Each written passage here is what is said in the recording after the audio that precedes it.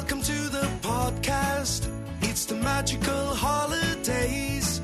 Time for Joe watching 60 Christmas movies in 60 days. Why, you might ask?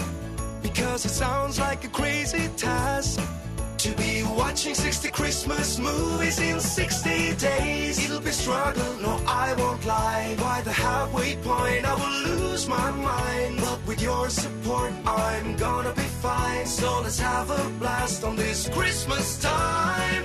Join me now and let's find out about today's Christmas movie. Was it good or bad? Happy or sad? Is there another dead mom and dad? Let's get to it with no delay. It's your old pal Joe and he's happy to say welcome to Joe watches 60 Christmas movies in 60 days. Hello everybody, it's me, Joe Pal Joe, and welcome to episode 24 of Joe Watches 60 Christmas Movies in 60 days. Before we talk about today's movie, I have nothing. I have no preamble. There's nothing to talk about. I'm tired. I'm beat up. This is the second recording in a row. I can't keep blathering on. We just got to get through these movies.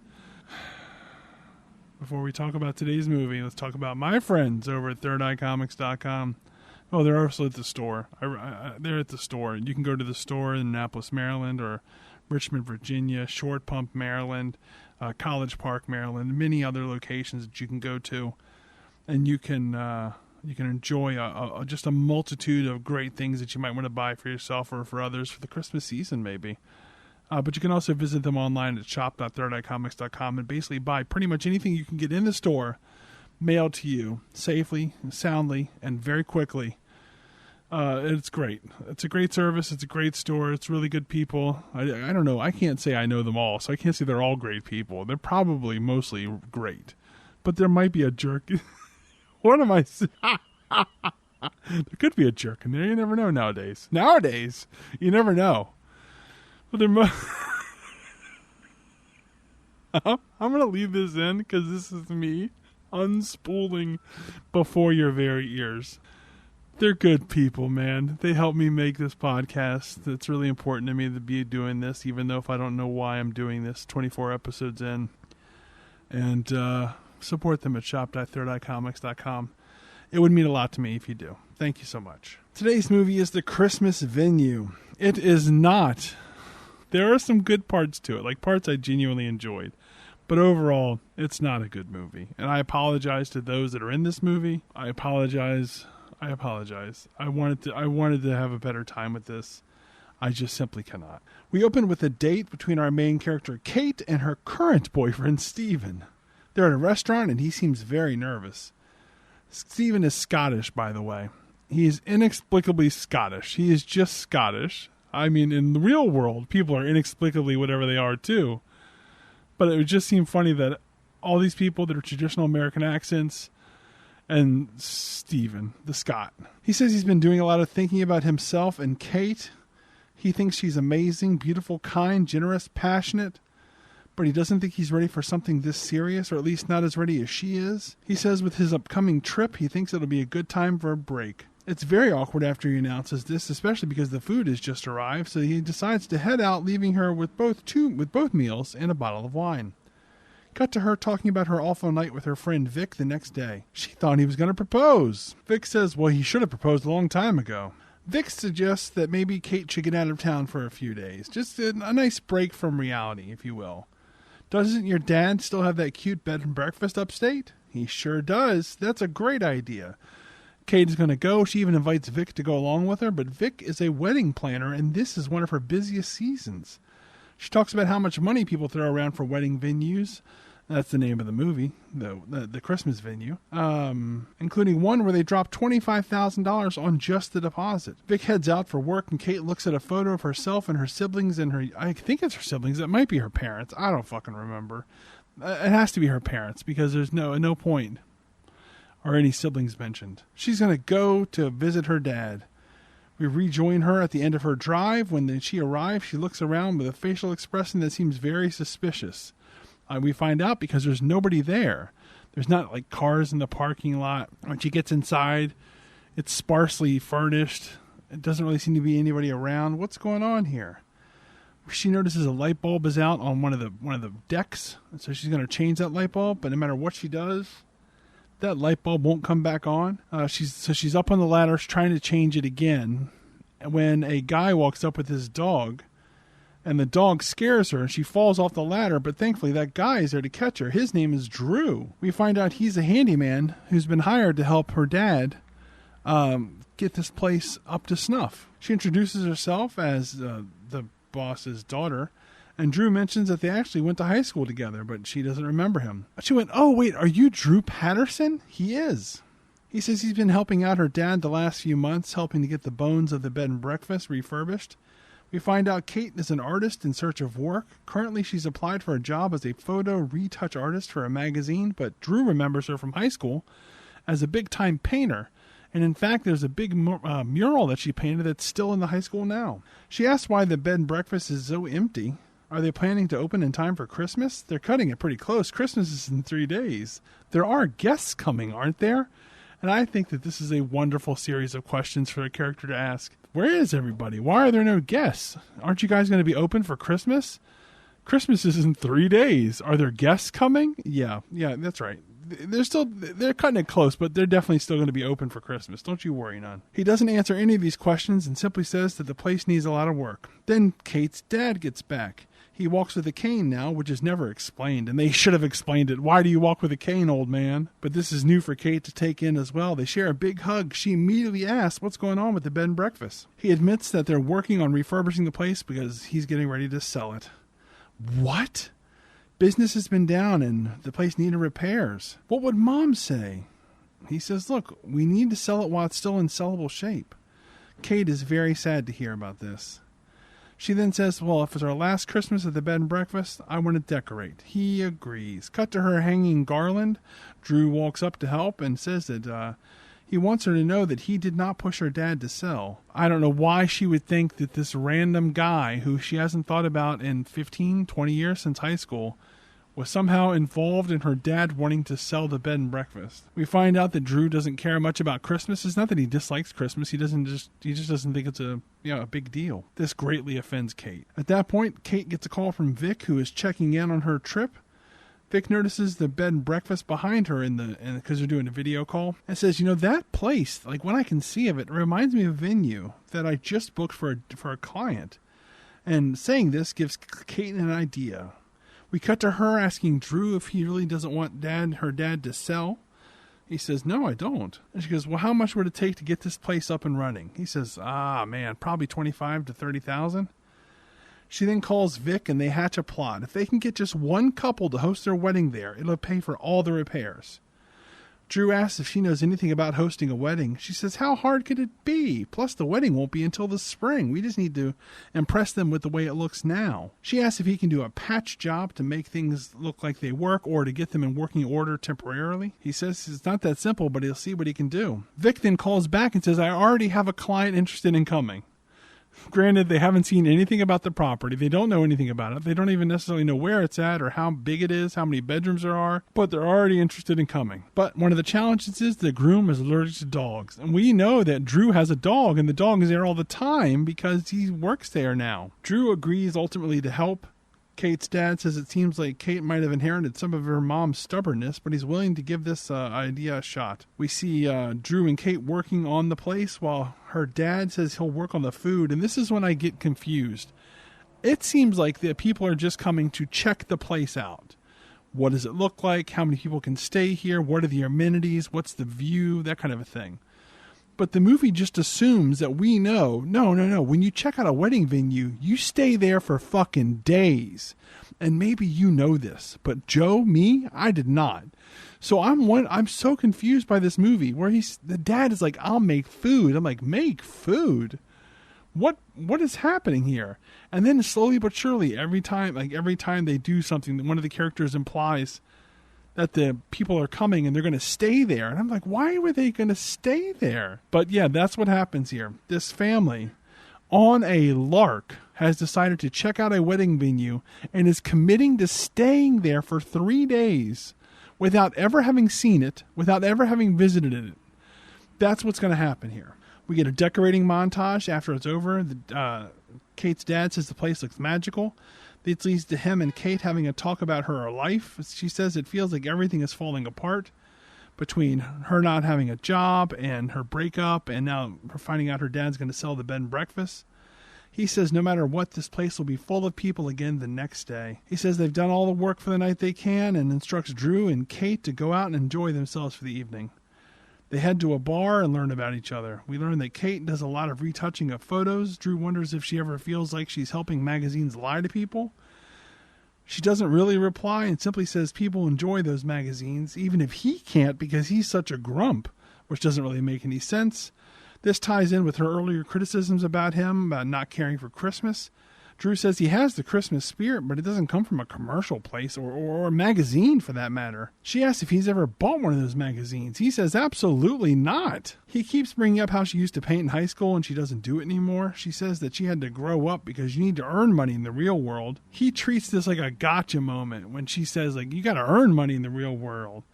And, it's like, okay, yeah, you really got him. You got him. He says the real world is actually helping people you can see, people around you that need help, not pictures and string lights, which doesn't make any sense. He's basically saying the real world is helping people, not decorating for Christmas or photos inside of a magazine. Okay, buddy. All right, you keep doing that thing. That's when Cait notices a woman at the bar staring at Drew. He looks over and says, yeah, that's my ex. It's probably time to go now. And I don't know why. And so in the car, you're like, why would he have to leave if his ex was at the same bar? And he explains that, well, they broke up a while ago, about 6 months ago, and everything's fine. He's like, he's over her. He's still dreading that first time they run into each other type of meeting. Hey, how is it going? That kind of a thing. Talk then turns to her ex, Steven. Drew says he's an idiot, and if not for him being an idiot, though, you wouldn't be here. You wouldn't be able to help your dad make something out of his inn going, maybe out of business. They end their night sort of flirty. She says she'll see him tomorrow. Cut to the next day, 10 minutes before people arrive.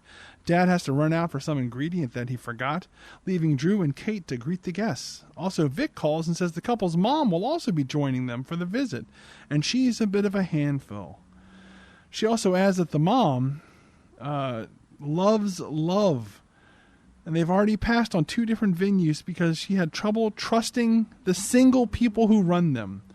Yes. Okay, so now we're introduced to a new group of characters. There's the bride, the groom, and the mother, or as I put in my notes, inexplicably, mother-in-law. And apparently she has trouble trusting single people, which does not sound like a real thing, but the movie is just like, yep, you know what? The woman has trouble trusting single people. And then Vic goes, yeah, it's weird, as if that's enough to cover it. Yeah, it is weird, Vic. Cait thinks. And then people arrive. So I'm going to break this down to tell you that we meet the new people, the bride, the groom, and the mother-in-law. And the groom is a person who I've seen in another movie. And this is when I connect a lot of the dots here, because I also knew I had seen Drew in something else. So, right, both Drew and the groom here were the 2 male leads, I don't know which one to call them, in the movie A Christmas Brew, which I watched like a week and a half ago. Christmas Brew was about the brewery that was going to get bought by the larger beverage conglomerate. Well, Drew was the guy that ran that, and his buddy that he ran it with, that's the groom here. I thought that was pretty cool that they were in the same movie. Turns out they are both directed by the same guy. So we meet the family. There's Eric, the groom. There's Mia, the bride-to-be, and Maria, the bride's mom. They introduce themselves to Drew and Cait. To Drew, and then Cait walks right up and introduces themselves as married. Drew is very confused. Wait, what? The mother-in-law immediately called. Why am I going to say? Look, I don't know why I'm going to call her a mother-in-law, because once they're married, she is the mother-in-law to the groom. But why did I choose mother-in-law? I think because it's inherently related to a wedding. And if I just said mother, it could be anybody's mother. So she's going to be the mother-in-law for the rest of my notes. The mother-in-law immediately calls out Drew on not wearing his wedding ring. Cait produces a ring for him to put on. He then says that he took it off to do some maintenance work with some wiring, and he was worried about it getting shocked, whatever. After that gets settled, Drew needs it. They get this scene settled, like the people go off to their rooms or whatever. Drew's like, what is going on? So Cait walks him through things. Among his questions, he asks where she got the rings. Among her answers, she does not answer about the rings. So then he has to ask again, and she admits that she had them from playing at having a wedding as a kid. And later, when she has to explain it to somebody else, she explains it as something that girls do. I am not a girl. I can't speak to what girls might or might not do. So I'll ask you, dear listener, if you were single, or maybe at some point you were single, I guess it's possible you've been married your whole life, but if you were ever single, did you ever just get a couple of wedding rings? Not fake ones, not made ones, not like you made them out of tinsel or aluminum foil or something. Did you ever get any real wedding rings? And be like, yeah, you know what? Let's just play at being married. I'm going to pretend to be a wife with this real wedding ring. Cait says that she needs him to pretend while the potential clients are still there, and they're going to be there for 2 days. That's when her dad gets back, and he has to go along with this thing too. So I'm glad that they told the dad, because it would have been so much more hard to follow if he didn't know what they were getting at. He meets the mother-in-law, and the movie wants to make sure we know that they're going to be smooching before the end of this movie. Also, the groom keeps sneezing because of his dog allergy. They pretend they don't know why he might be sneezing and give him some allergy meds. Then they give him a quick tour, and the family loves the place to bits. The mother-in-law asks them questions, and they have to figure out the answer on the fly, like, how did you meet? Where did you pop the question? Things like this, and so then they have to figure out the answer. Instead of just having one person answer, they both answer, so they're both adding parts to the answer. You know how that kind of thing goes. Cut to after dinner, everyone compliments Cait's dad on the food. We learn about the bride and the groom. They met after college, but the groom never said anything about his feelings for her. Then she got a job offer in the big city, which would have meant she would be leaving where he lived. And that spurred him on to be honest about his feelings, and this led to him to also moving to the big city to be with her. The mother-in-law asked Drew and Cait about how they met. Drew tries to pawn it off on Kat, but they, for some reason, want to hear it from him. He spins a big tale that touches her heart, and it's all basically made up. It's not even like fiction dressed up as nonfiction. Because that's what I thought he was going to be saying. Well, I first met her in high school, because he did, so he might have started there. But then he's like, and then we reunited under a bridge or on a bridge, and that doesn't happen. Or at least it hasn't happened yet. Cut to Drew and the groom washing dishes later that night. As I mentioned, these are the guys that were in the other movie together, and they have good chemistry. I particularly like the groom. I think he's very fun to watch. And so having him have a bigger part in this movie than he did in the Christmas Brew was good for me. The ladies make plans to make cookies the next day. The visitors all head to bed, which leaves Drew and Cait to talk about the end of day one. Drew says he thinks they might be able to pull this off. Also, he hasn't seen Cait's dad this happy in a long time. Oh, and did you notice that the mother-in-law was the way she was looking at your dad? Oh, Cait did notice that. Then Cait mentions that as part of his story about how they fell in love or how the two of them met when he was making up the story, he mentioned having a crush on her in high school. And she says, well, is it true? Did you have a crush on me in high school? He says that part is true. And then they almost kiss, but then Cait gets a call, and they decide to call it a night. We see the call was from Cait's ex, Steven. He said he's had a lot of time. It's been a day and a half, maybe 2 days max. He's had a lot of time to think about his hard decision, and he wants to talk. He'd like to talk to her in person and will be flying out the next day. So he left her a voicemail. Actually, no. It wasn't a voicemail. They were talking, but for some reason the signal was really bad. So he went on his trip, which he said was going to be a good time for a break. And now he's calling her saying like, hey, I think we should get back together, or at least I want to talk to you about getting back together. But the call's breaking up. So she's trying to tell him not to come. No, don't come. But he's ignoring all of that, and he's just going to show up. Cut to the next day when Cait breaks the news to Drew that her ex is going to be arriving just as the ex arrives. She tells Drew to keep the guests company, and she'll take care of Steven. She decides to... When she says take care of Steven, here's what she does. She goes down to meet him at his car, and instead of saying, look, you can't do this. You can't be here now. I'm trying to save my dad's business. I'm trying to save this whole place. I need you to leave. Instead, she's like, now that you're here, here's what's going to happen.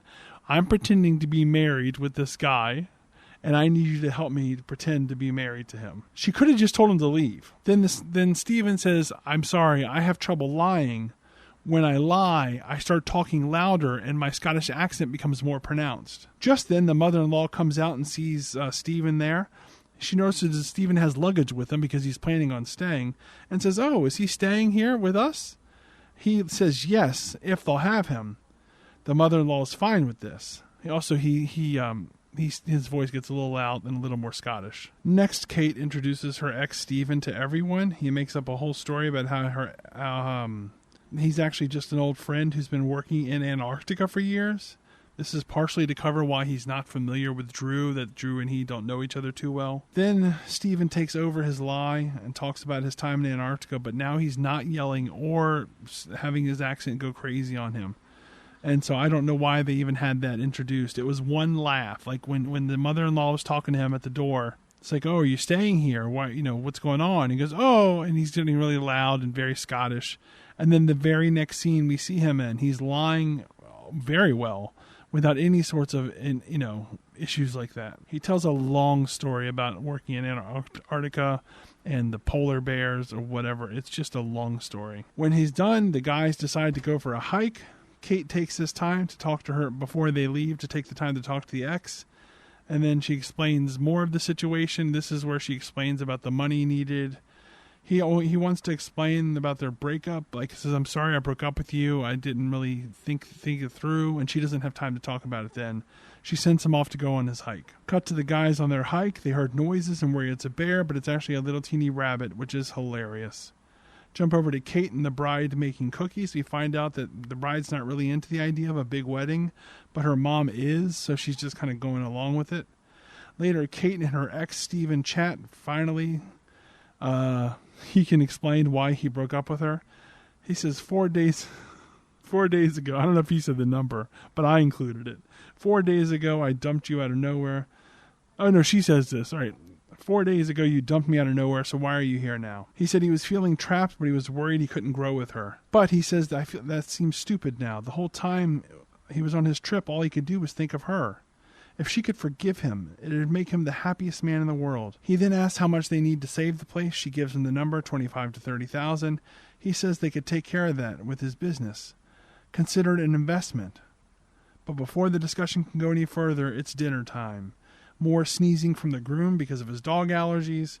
It's supposed to be funny. Cut to them playing the forehead game, where you write a person, place, or thing on a piece of paper, stick it to your forehead, and then the other person has to give you clues in order to make you figure it out. They're divided up into teams to match the couples that we're seeing. So there's the groom and the bride, there's the dad and the mother-in-law, and then there's Cait and Drew. Stephen is just elsewhere for this whole scene. I guess because they didn't want to figure out how to have an odd number of players. The game goes on for quite a while, much longer than you'd expect. Drew and Cait win. The guests, the other people start chanting for them to kiss, which is weird. But then Cait gets a call and interrupts the moment, so she heads outside to answer it. It's from the magazine that she applied to. It's also nighttime outside. That's the thing. So it's from the magazine about the job that she applied to. And it's also nighttime out. And it's Christmas Eve. The person that calls even mentions, "I know it's late, and it's also Christmas Eve, but we wanted to fill this position before everyone has left for the week." You're telling me they haven't left the night of Christmas Eve? Anyway, she gets offered the job. But then before she can say yes that she wants it, she stares into the house at Drew, and then she thinks. But then she sees her ex-boyfriend also in the house, and she thinks even more, because what we need to understand is that the job is in the big city, which her ex-boyfriend represents. She accepts the job. She goes in and tells her ex. He is really happy for her. He says that we can go back to the city and start over. He goes in for a kiss, but Cait pushes him off. But before that can matter, we see that the bride saw this happen. She asks, "What's going on?" Then the groom and the mother-in-law show up and ask, "What's going on?" Cait says, "No, he wasn't trying to kiss me. It was just a hug." But then Stephen decides on his own unilaterally to say, "No, I can't keep lying like this. It's time to tell the truth." He describes himself and Cait as lovers and says destiny has brought them back together. He then gets on one knee and proposes to Cait.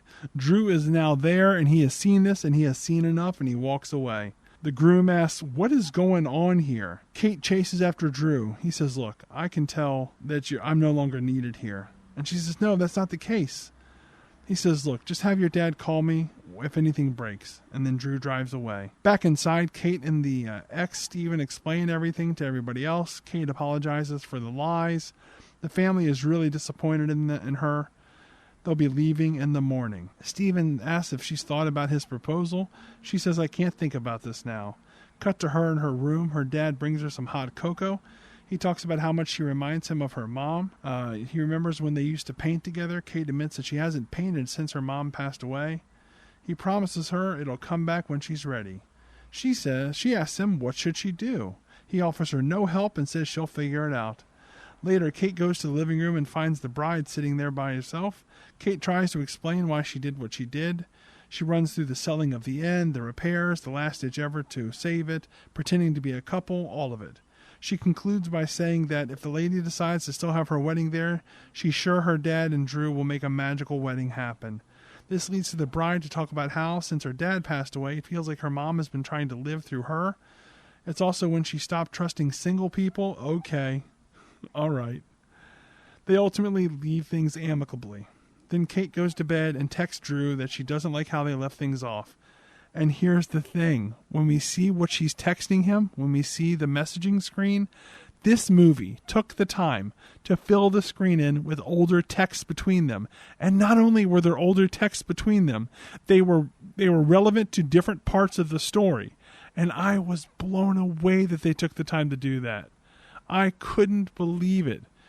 This is not a particularly good movie. But they had the gumption, the wherewithal, to be like, well, if we're going to have him text her, or her text him, and we want to show the screen, we got to take the time to put in older texts. After texting Drew, Cait seems to get an idea. Cut to her going into a closet with her old paintings and paint supplies. We get a painting montage while she thinks of a moment from earlier in the movie where the mother-in-law describes her vision of how the wedding could work there, what it would look like, what would be like. Oh, it would be sunset, and the sun would be glistening through the trees, that kind of a thing. So she's now painting that image. She paints through the night. The next morning, she tells her ex that she's done with him. He understands. He let her down. So he says, I let you go. And he said, I could tell as soon as I saw you again that our connection was lost. He's also sorry that he ruined everything. He offers to pay for the repairs again, but she says they'll figure it out. If it's not meant to be, it's not meant to be. Vic calls and says she's not sure what Cait did or said. She just got off the phone with the mother-in-law. And before she can finish her thought, Vic can, Cait arrives in the living room and sees the family is still there. I guess she hangs up on her best friend, and we find out that the mother-in-law, loves the painting. It's exactly how she imagined it. The groom says the bride explained everything to him. He says, look, if you'll have us, we'd like to elope here today. Cait is in. They'll even pay them. They said if you're willing to accept the deposit as full payment. And Cait says, yes, that's more than enough. That'd be great. The place is saved, but we need an officiant. The ex walks in and says he can actually, run the wedding. He got a licensed to be an officiant in another wedding of a friend, so he can do it for them. Everyone's excited. Then the mother-in-law says that she'd like to buy Cait's painting that she did of the imagined wedding event. She says, I also sent pictures of it to some friends in the city, the big city, that'd be interested in other works of yours. Man, she has a chance to make so much money. The next step is for her to find Drew. Cut to Cait pulling up outside of his house. She runs up to his front door and knocks, but there's no answer. But she does see footprints, not just his, but him and the dog, leading away from there. She follows them to find Drew and Bob the dog. I forgot to mention the dog's name was Bob. On a walk.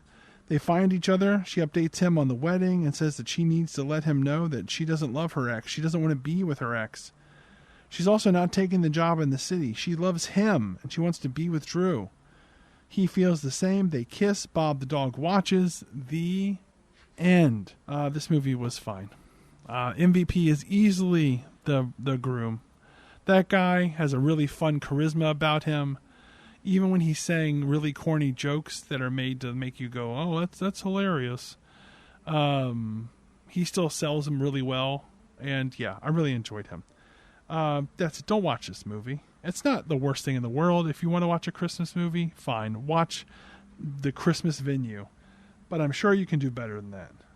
Just put your heart into it. That's it for today's movie. That's it for me for now. Take care, and I'll talk to you next time.